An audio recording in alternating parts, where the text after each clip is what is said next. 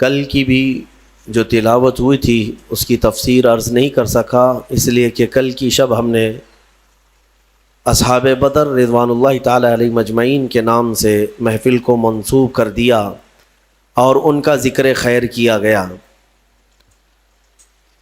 20ویں پارے میں ہم نے جو تلاوت کی ہے وہ سورہ قصص ہے اور سورہ عنکبوت ہے، اور اس کے بعد آج جو ہم نے 21ویں پارے میں تلاوت کیا ہے وہ سورہ روم ہے، اور پھر سورہ لقمان ہے، اور سورہ سجدہ ہے، اور اس کے بعد سورہ احزاب۔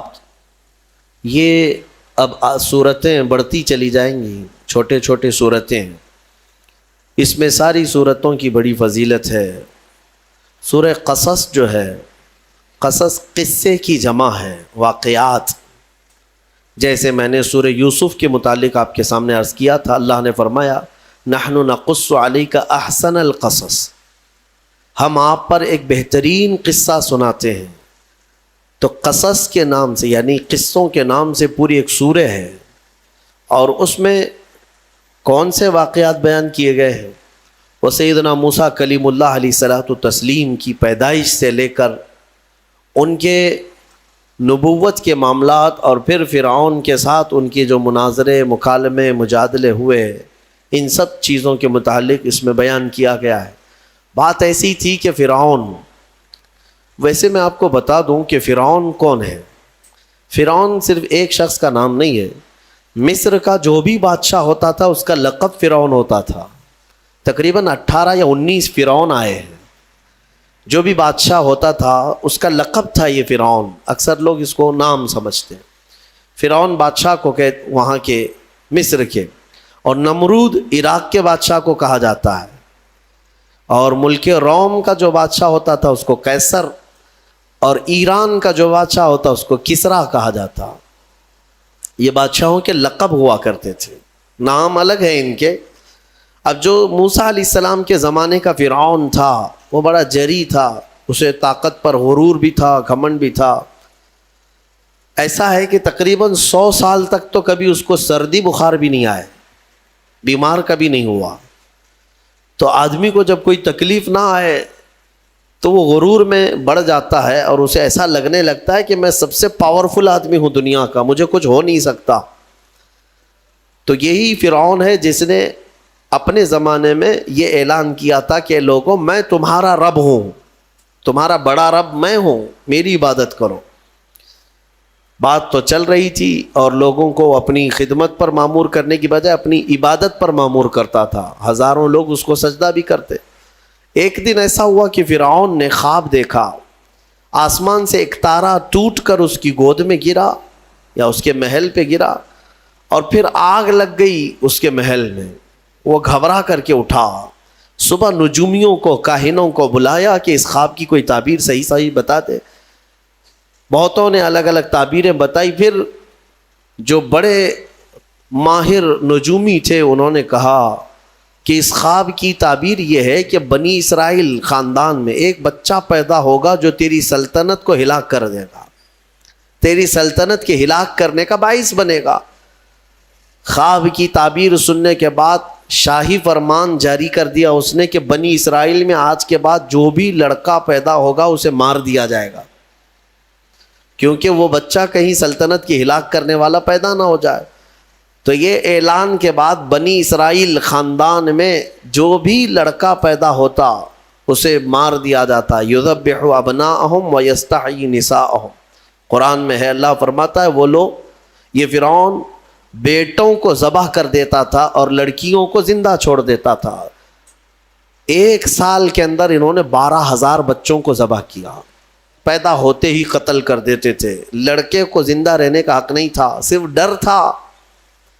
یہ وہ زمانہ ہے جب موسیٰ علیہ الصلوۃ والتسلیم کی بھی ولادت نہیں ہوئی، ولادت سے پہلے اتنے بچے مارے گئے۔ پھر اس کے درباریوں نے اس سے ریکویسٹ کیا کہ اگر ایسے سب مار دیے جائیں تو آپ کی خدمت کے لیے بچے کہاں سے ملیں گے، جوان کون ہوگا؟ تو پھر 1 سال مارا جاتا، 1 سال چھوڑا جاتا، جیسے کورونا میں تخفیف دی جاتی ہے نا۔ ہاں کہ صبح 6 بجے سے لے کر شام 6 بجے تک پابندی، 6 بجے کے بعد یا پھر شام کے 6 بجے سے پابندی لگ جاتی ہے. بھائی 24 گھنٹے تو آنا ہی آنا ہے. وہ جو بچہ پیدا ہونا ہے وہ سال بھر یا دوسرے سال کبھی بھی پیدا ہوگا.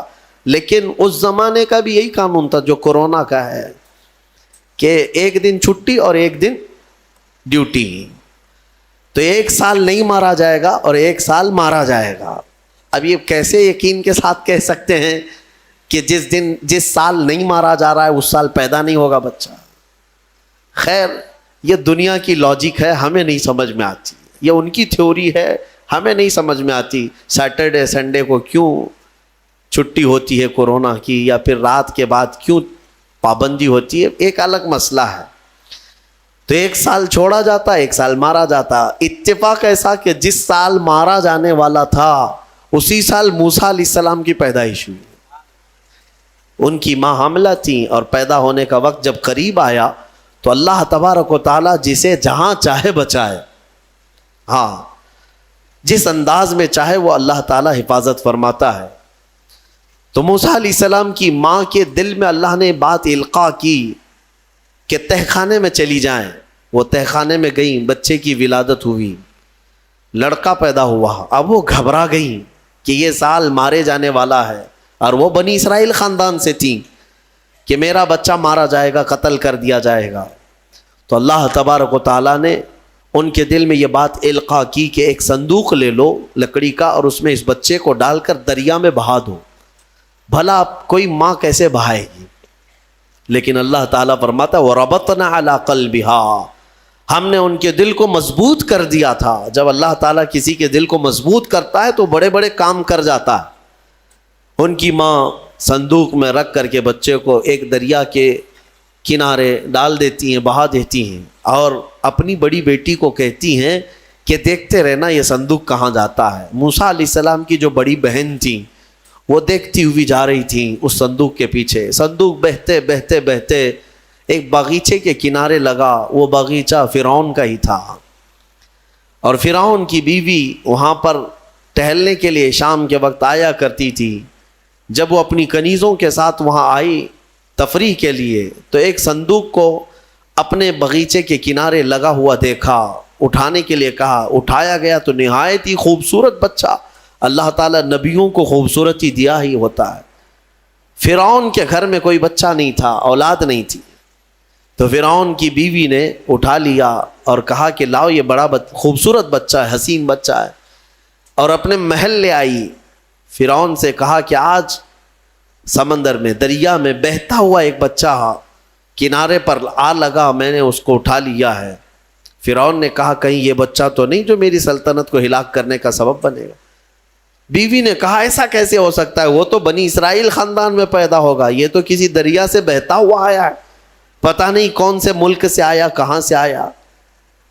تو بہرحال اس کی بیوی نے یہ کہا کہ اس کو مت مارو، لا تقتلوه عسى ان ينفعنا او نتخذه ولدا، قریب ہے کہ ہم اس سے فائدہ اٹھائیں گے یا اس کو بیٹا بنا لیں گے. بیوی کی بات پر راضی ہو گیا. فرعون جو ہے بیگم کی بات پر آ گیا اور اس کے بعد رکھ لیا بچے کو. اسی لیے کہا جاتا ہے عورتوں کے مشورے بہت ہی قیمتی ہوتے ہیں. بہرحال عورت کے مشورے پر عمل کرتے ہوئے اس نے رکھ تو لیا بچے کو. اب پرورش کی جب بات آئی، بچے کو دودھ پلانا ہے، تو دایاؤں کو بلایا گیا. شاہی خاندان میں بچے کی پرورش ہو رہی ہے. بہت ساری عورتیں آئیں، دودھ پلانے کی کوشش کرتی رہیں. موسیٰ علیہ السلام کسی کا دودھ نہیں پکڑتے تھے. ان کی بہن وہیں کھڑی تھی. اس نے کہا کہ میں ایک دایا کو جانتی ہوں جس کا دودھ ہر بچہ پی لیتا ہے. اس سے کہا گیا کہ بلا لاؤ. وہ جا کر اپنی ماں کو بلا لائی، اپنی ماں کو لے آئی، اور ان کی ماں آئی، موسیٰ علیہ السلام کو اپنے سینے سے لگائی تو دودھ پینے لگ گئے. تو سب میں یہ بات مشہور ہو گئی کہ یہ یہاں کی مشہور دایا ہے اور یہ خاندان کے اندر رہے گی، شاہی خاندان میں محل میں رہے گی، اور بچے کو پلانے کی اجرت بھی دی جائے گی، اجرت بھی دی جائے گی. فرعون کے گھر میں پرورش بھی اور انہی کی ماں سے دودھ بھی پلانا، پھر پلس اس کی اجرت بھی دلانا، یہ شان ہے رب ذوالجلال کی. وہ جہاں چاہے جیسے چاہے پرورش فرمائے. حق کی حفاظت کرنا یہ مولا کی شان ہے. حق کی حفاظت وہ ہر زمانے میں کرتا رہتا ہے. اسی لیے کہا گیا ہے کہ اللہ تبارک و تعالیٰ جس چراغ کی حفاظت فرمائے بڑی بڑی آندھیاں اس کو نہیں بجھا سکتی، اور جس کو بجھانا چاہے سارے انتظامات کے بعد بھی منٹوں میں اسے گل کر دیتا ہے. خیر، موسیٰ علیہ السلام فرعون کے گھر میں پرورش پاتے رہے. جب آپ کی عمر 2 سال کے قریب کی ہوئی، فرعون اور اس کی بیوی بیٹھے ہوئے تھے. موسیٰ علیہ السلام کھیلتے کھیلتے گود میں آئے اور فرعون کی داڑھی پکڑ کر اس کے منہ پہ تماچا لگا دیا.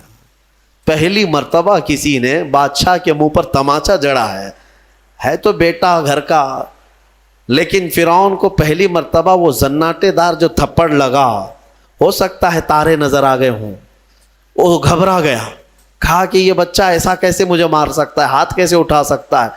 دسترخوان سے اٹھ گیا اور کہا اپنی بیوی سے، بیگم مجھے لگتا ہے یہی وہ بچہ ہوگا، یہی بچہ ہوگا جو سلطنت کے ہمارے خلاف جائے گا. پھر بیگم نے کہا ایسا کیسے ہو سکتا ہے، بچہ ہے، چھوٹا ہے. اور لاڑ پیار میں بچے ماں باپ کے ساتھ اس طرح کی حرکتیں کرتے ہیں. فرعون نے کہا نہیں، مجھے چیک کرنا ہے، یہ بچہ جاندار ہے، جانکار ہے، یہ جانتا ہے. تو پھر موسیٰ علیہ السلام کا وہاں پر امتحان لیا گیا. فرعون کی بیوی بچانے پر لگی ہوئی تھی. فرعون نے کہا کہ ٹھیک ہے، دیکھتے ہیں یہ کہ بچے کو سمجھ ہے یا نہیں ہے. امتحان کے لیے بیگم نے کہا ایک کام کرو، ایک برتن میں آگ کے انگارے دہکتے ہوئے کوئلے وہ بھی لائے جائیں، اور ایک برتن میں سفید پھول لائے جائیں. اگر بچہ عقل مند ہوگا تو پھولوں کو پکڑے گا، نہیں تو پھر یہ لال چیز کی طرف بچوں کا ہاتھ زیادہ جاتا ہے، آگ دیکھے گا. کہا ٹھیک ہے، یہ آزمائش کی جائے گی. ایک برتن میں آگ کے لال سرخ انگارے کوئلے لائے گئے اور ایک برتن میں پھول لائے گئے، دونوں رکھے گئے. موسیٰ علیہ السلام کیا، ہر نبی ماں کے پیٹ سے ہی ہر چیز کو جانتے ہیں. اللہ تعالیٰ انہیں علم بھی نوازا ہے. موسیٰ علیہ السلام کو بلایا گیا. 2 سال کی عمر ہے کہ بچے ان دونوں میں سے کوئی چیز اٹھا لو. تو موسیٰ علیہ السلام کا ہاتھ پھولوں کے برتن کی طرف ہی بڑھنے لگا. یہ تو امتحان تھا.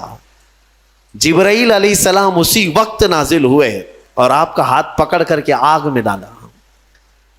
آگ میں سے ایک کوئلہ موسیٰ علیہ السلام اٹھائے اور اپنے منہ میں رکھ لیے، جس کی وجہ سے آپ کی زبان جل گئی، ہاتھ میں بھی آگ لگی. پھر فوراً ہٹایا گیا. فرعون کو وہ سیٹسفائیڈ ہو گیا کہ نہیں، یہ جانتا نہیں ہے، جانتا ہوتا تو آگ نہیں اٹھاتا.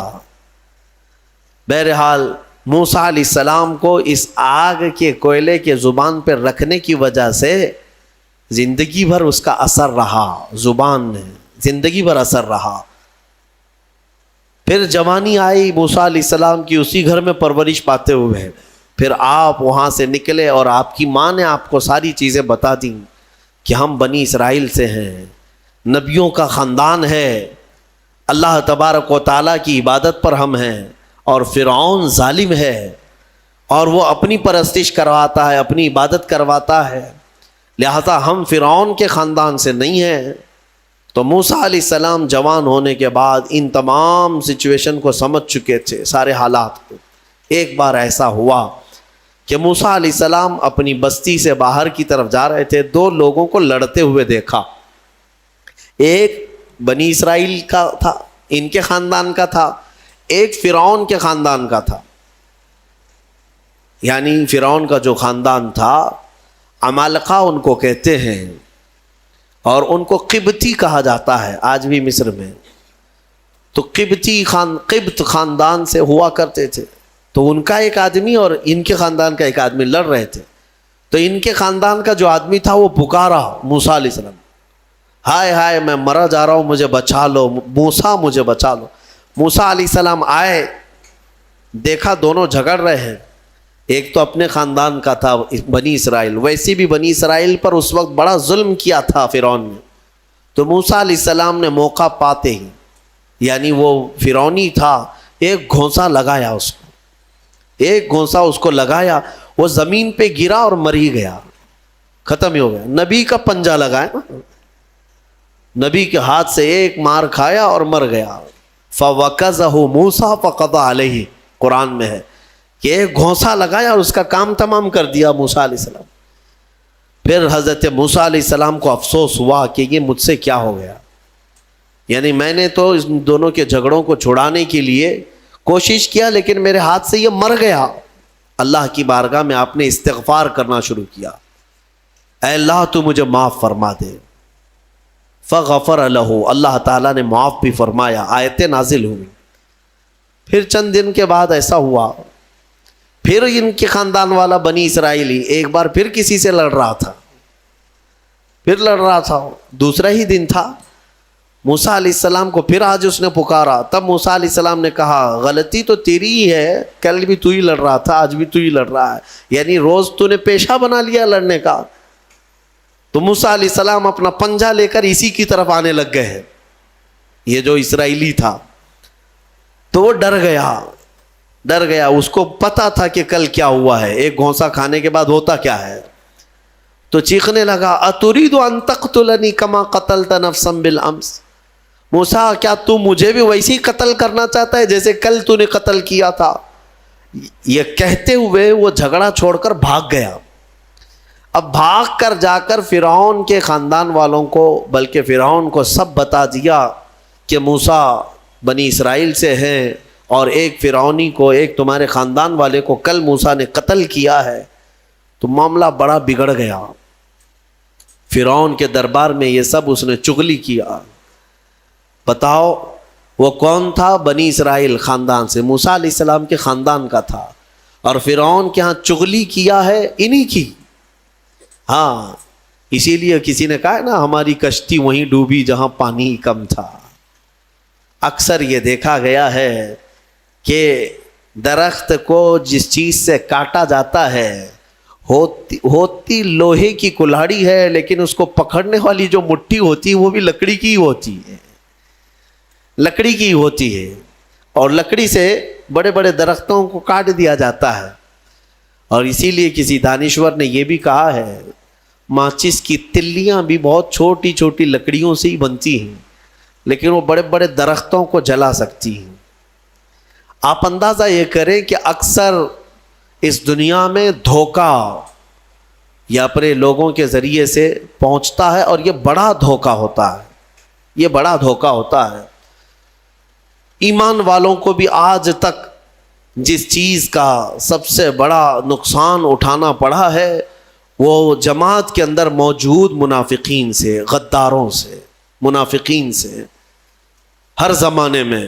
اس لیے کہ یہ چوہے پتہ نہیں چلتے, گھر کے اندر ہوتے ہیں, ساتھ اٹھتے بیٹھتے ہیں, ساری چیزوں کی خبر دیتے ہیں. میرے عزیزوں, ان تمام چیزوں کے سلسلے میں بہت مرتبہ کہہ چکا ہوں, آج بھی میں یہ عرض کرتا ہوں مولا کی بارگاہ میں کہ اے مولا, سب سے پہلے تو ہماری جماعت میں موجود ان غداروں اور منافقین کو بے نقاب کر, انہیں ہلاک و برباد فرما, جن کے ذریعے سے اسلام اور مسلمانوں کو بڑا نقصان ہے, بڑا نقصان ہے.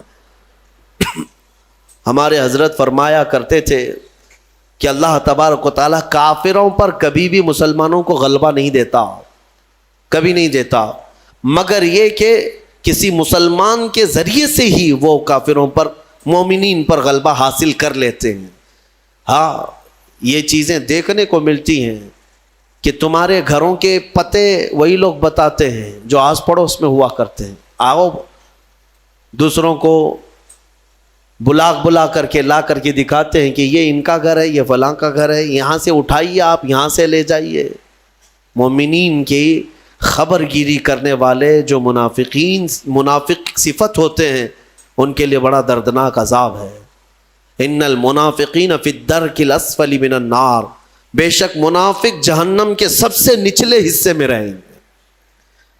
موسیٰ علیہ السلام کی چغلی کیا انہی کے خاندان کا آدمی, فرعون کے ہاں جا کر بتایا. فرعون پوری تیاری کر کے کہا کہ موسیٰ کو پکڑو, اور میں پہلے سے کہتا آ رہا تھا کہ وہی بچہ ہے اور میرا گمان صحیح نکلا. اس بنیاد پر اس نے اپنی بیوی کو سزا دینا شروع کیا. حضرت آسیہ اس بنیاد پر وہ عذاب اس قدر دیا کہ ان کے ہاتھوں پر میخ مار کر انہیں سلاتا تھا، ان کو بالوں سمیت چھت سے لٹکا دیا جاتا تھا، بہت شدت کی تکلیف دی حضرت آسیہ کو، کیونکہ وہ موسیٰ علیہ السلام پر ایمان لاتی ہیں، وہ موسیٰ کے خدا پر ایمان رکھتی تھیں۔ تو فرعون نے اپنے جاں بازوں کو، اپنے لڑاکوں کو بھیجا کہ پھر موسیٰ کو پکڑو۔ وہ سب نکلے تو ایک ان کی اچھائی چاہنے والا، ان کا خیر خواہ شہر سے دوڑتا ہوا آیا، وجاء رجل من اقصى المدینة یسعی، دوڑتا ہوا آیا شہر سے اور کہا، قال یا موسیٰ ان الملأ یأتمرون بک لیقتلوک، فوج پیچھے سے آ رہی ہے تمہیں قتل کرنے کے لیے، تم یہاں سے فوراً نکل جاؤ، یہ بستی چھوڑ دو۔ حضرت موسیٰ علیہ السلام اس کی بات سن کر کے نکل پڑے۔ یہ مصر کی سرزمین تھی، چھوڑ کر کے آپ وہاں سے نکلے۔ فخرج منہا خائفا یترقب، وہاں سے خوف کے عالم میں نکلے تھے۔ موسیٰ علیہ السلام دوسری بستی پر چلے گئے، ایک ایسی جگہ پر گئے، یہ پورا واقعہ تفصیل سے سورہ قصص میں موجود ہے۔ ایک بستی پر پہنچے تو وہاں پر دیکھا ہے کہ ایک کنویں پر بھیڑ لگی ہوئی ہے، بہت ساری بھیڑ ہے، پانی کھینچ رہی ہیں، اس میں دو لڑکیاں دور شرماتے کھڑی ہیں، وہ پانی لینے کے لیے بھیڑ میں نہیں جا پا رہی۔ تو موسیٰ علیہ السلام بھیڑ کو چیرتے ہوئے آئے اور ان دو لڑکیوں کے لیے پانی آپ نے ڈول سے نکلوایا۔ آپ مضبوط تھے، قوی تھے، طاقتور تھے، پانی آپ نے نکالا اور پانی نکال کر ان دونوں لڑکیوں کو دیا۔ تو وہ جوان لڑکیاں تھیں، انہوں نے کہا کہ چلو، ہمارے باپ اس شہر کے بڑے نیک اور پرہیزگار آدمی ہیں، ہم تمہیں لے کر کے چلتی ہیں اور اپنے باپ سے تمہیں اجرت دلائیں گے، تم دیکھنے میں بڑے اچھے لگتے ہو، اجنبی ہو، مسافر ہو، اجرت دلائیں گے جو پانی تم نے ہمیں ڈول سے کھینچ کر دیا۔ موسیٰ علیہ السلام ان کی بات پر چل پڑے۔ کہاں وہ دونوں لڑکیاں اپنے گھر لے آئیں، اپنے گھر لے آئیں تو ان کے والد جو تھے وہ کوئی عام انسان نہیں، وہ حضرت شعیب علیہ السلام تھے، اللہ کے نبی تھے۔ تو یہ دونوں نبی کی بیٹیاں تھیں۔ موسیٰ علیہ السلام آئے، پوچھا کہ تمہارے ساتھ کیا ہوا؟ موسیٰ علیہ السلام نے سارا اپنا واقعہ حضرت شعیب علیہ السلام کے پاس بیان کیا۔ تو حضرت شعیب علیہ السلام نے کہا، نجوت من القوم الظالمین، تم ایک ظالم قوم سے نجات پا کر کے آئے ہو، رہو ہمارے ہاں، رہو، کوئی حرج نہیں ہے۔ اب اجرت کیا دی جائے گی تمہیں جو ہماری بیٹیوں کو تم نے پانی کھینچ کر دیا؟ تو حضرت شعیب علیہ السلام نے کہا، قال احدى ابنتي هاتين على ان قالت احداهما، ان کی بیٹیوں میں سے حضرت شعیب علیہ السلام نے کہا، ہاں میں انی اريد ان انكحك، میں چاہتا ہوں کہ میری دونوں بیٹیوں میں سے ایک سے تمہارا نکاح کر دوں۔ کس بات پر؟ وہ اجرت کے طور پر نکاح بھی کر دوں گا، اور پلس مہر کیا رہے گا؟ مہر میں یہ رہے گا کہ میرے باغیچہ ہے ایک، اس باغیچے میں 8 سال تک تمہیں رکھوالی کرنی ہوگی، 8 سال تک۔ حضرت موسیٰ علیہ السلام نے کہا ٹھیک ہے۔ 8 سال کی بجائے 10 سال موسیٰ علیہ السلام وہیں رہے، شادی بھی ہوئی شعیب علیہ السلام کی بیٹی کے ساتھ، جن کا نام تاریخ میں حضرت صفورہ بتایا گیا ہے۔ حضرت موسیٰ علیہ السلام کا نکاح ہوا، وہیں رہنے لگے۔ 10 سال کے بعد موسیٰ علیہ السلام پھر اپنی بیوی کو لے کر، اپنے گھر والوں کو یعنی اپنی اہلیہ کو لے کر نکل پڑے واپس۔ پھر آپ سفر پر تھے، بیچ راستے میں آپ کو آگ کی ضرورت تھی، کھانا پکانے کے لیے۔ اس زمانے میں ماچس نہیں، لائٹر نہیں، بلکہ ایک درخت کی ٹہنیاں ہوتی تھی، اس کو پتھر سے رگڑتے تھے تو آگ پیدا ہوتی تھی۔ وہ آگ کی ٹہنیاں، درخت ہی ایک آگ لگنے والا ہوا کرتا تھا۔ تو موسیٰ علیہ السلام وہ آگ لینے کے لیے پہاڑی پر چڑھے، اور جب وہاں پہنچے تو اللہ نے آپ کو نبوت کی تاج سے سرفراز فرمایا۔ جبرائیل علیہ السلام آئے اور آپ کو نبوت کے اعجاز سے سرفراز کیا گیا اور اعلان کیا گیا کہ اے موسیٰ، آپ اللہ کے جلیل القدر نبی ہیں اور رسول ہیں، اب آپ جائیں اپنی اہلیہ کو لے کر واپس فرعون کے پاس جائیے، پھر آنا ہے آپ کو فرعون کی اس بھری سلطنت میں۔ موسیٰ علیہ السلام پہلے اپنے گھر آئے اور اس کے بعد حضرت موسیٰ علیہ السلام جب آئے اپنی بیوی کو لے کر تو اللہ تعالیٰ نے فرمایا اب جاؤ فرعون کے پاس، اس کو ہدایت کی تلقین کرو، تبلیغ کرو، اس سے کہو کہ اللہ وحدہ لا شریک کی عبادت کرے۔ لیکن جانے سے پہلے موسیٰ علیہ السلام کو اللہ نے ایک اور ٹریننگ سے گزارا۔ آپ کے ہاتھ میں ایک لکڑی ہوا کرتی تھی، چھڑی، جو آپ کا عصا تھا۔ اللہ نے فرمایا اے موسیٰ اس لکڑی کو زمین پر چھوڑو۔ آپ نے زمین پر چھوڑ دیا۔ قال القها یا موسیٰ فالقاها فاذا هي حیۃ تسعى۔ قرآن کہتا ہے جیسے ہی موسیٰ علیہ السلام نے زمین پر اس لکڑی کو ڈالا وہ ایک خوفناک اژدہا سانپ بن گیا۔ اژدہا اتنا خطرناک کہ لوگ دیکھیں تو ہیبت طاری ہو جائے۔ موسیٰ علیہ السلام پیچھے ہٹ گئے۔ اللہ فرماتا ہے خذها ولا تخف، پکڑ لو اس کو، ڈرو مت۔ موسیٰ علیہ السلام دوبارہ اس سانپ کو پکڑتے ہیں تو پھر سے وہ لکڑی بن گیا۔ یہ معجزہ تھا موسیٰ علیہ السلام کا کہ لکڑی کو زمین پر ڈالو تو سانپ رینگنے والا، اور ہاتھ میں لے لو تو پھر لکڑی۔ دوسرا معجزہ تھا آپ کا کہ حضرت موسیٰ علیہ السلام سے کہا گیا وَضْمُمْ يَدَكَ إِلَى جَنَاحِكَ تَخْرُجْ بَيْضَاءَ مِنْ غَيْرِ سُوءٍ۔ آپ اپنے ہاتھ کو، مٹھی کو اپنے جیب میں ڈالو۔ ادخل یدک فی جیبک، آپ اپنے جیب میں اپنی مٹھی کو ڈالو، ہاتھ کو، اور جب ہاتھ جیب میں ڈال کر باہر نکالتے تو پورے ہاتھ میں سورج سے زیادہ روشنی چمکتی تھی۔ ہاتھ یوں کریں تو بہت تیز روشنی کہ رات کے وقت اگر آپ ہاتھ نکالیں تو پورا اجالا ہو جائے۔ یہ دوسرا معجزہ تھا حضرت موسیٰ علیہ السلام۔ یہ دو معجزے دے کر اللہ نے بھیجا فرعون کے پاس، جاؤ اور اس کو ایمان کی دعوت دو۔ اور حضرت موسیٰ علیہ السلام گئے فرعون کے مقابل میں، فرعون سے کہا میں واپس آ چکا ہوں اور میں اللہ کا نبی ہوں، اللہ کا رسول ہوں۔ فرعون نے کہا کون سے خدا کی عبادت کرتے ہو، کون ہے تیرا خدا؟ موسیٰ علیہ السلام نے فرمایا کہ میرا رب پورے کائنات کو پالنے والا ہے، جو تجھے بھی پیدا کیا مجھے بھی پیدا کیا، آ جاؤ اس کی عبادت کی طرف۔ فرعون نے پوچھا تیرے پاس کیا نشانی ہے؟ حضرت موسیٰ علیہ السلام نے اپنی نشانیاں بتائی۔ اس کے بعد فرعون نے کہا یہ تو جادو ہے، موسیٰ تو 10 سال جادو سیکھ کر کے آیا۔ تو موسیٰ علیہ السلام نے فرمایا اگر یہ جادو ہے تو تیرے سلطنت میں جتنے جادوگر ہیں سب کو بلا لے، مقابلہ کیا جائے۔ تو فرعون کو جو یہ چیلنج ہوا تو فرعون نے سارے بڑے بڑے جادوگروں کو بلایا اور ایک میدان میں یہ مقابلہ ہونا تھا۔ حق اور باطل کا مقابلہ زمانے اول سے چلا آ رہا ہے۔ اقبال نے کہا ہے ستیزہ کار رہا ہے ازل سے تا امروز، شرار بولہبی سے چراغ مصطفی۔ ہمیشہ ایک میدان میں جب یہ مقابلہ ہونا طے پایا، بڑے بڑے جادوگر آئے۔ موسیٰ علیہ السلام نے کہا کہ تمہارا جو جادو ہے وہ بتاؤ۔ سب کے پاس چھوٹی چھوٹی رسیاں تھیں، وہ رسیاں انہوں نے زمین پر پھینکی تو سب رسیاں سانپ بن گئیں۔ سیم وہی چیز وہ بھی دکھانے لائے تھے، سب رسیاں سانپ بن گئی، شور مچ گیا۔ فرعون کے درباری کہنے لگے اتنے سانپ آ گئے۔ موسیٰ علیہ السلام کو حکم ہوا اللہ کی طرف سے آپ بھی اپنا سانپ چھوڑ دیں۔ آپ نے اپنا عصا زمین پر ڈالا، وہ اژدہا ایک منہ کھولا اور سارے سانپوں کو نگل گیا، اور دوسرا منہ کھولتا تو جادوگروں کو نگلتا۔ اس سے پہلے ہی سارے جادوگروں نے پکارا ہم ایمان لائے موسیٰ کے رب پر۔ موسیٰ علیہ السلام پر بھی ایمان لائے اور اس کے رب پر بھی ایمان لائے۔ سارے جادوگروں کی جو ٹیم تھی پورے موسیٰ علیہ السلام کے ہاں آ گئی۔ اب یہاں وجہ بتاتا ہوں، جادو کرنے والے اور مقابلہ کرتے، دوسرا جادو دکھاتے۔ جادوگر سے مقابلہ کر سکتا ہے لیکن نبی سے کیسے کر سکتا ہے؟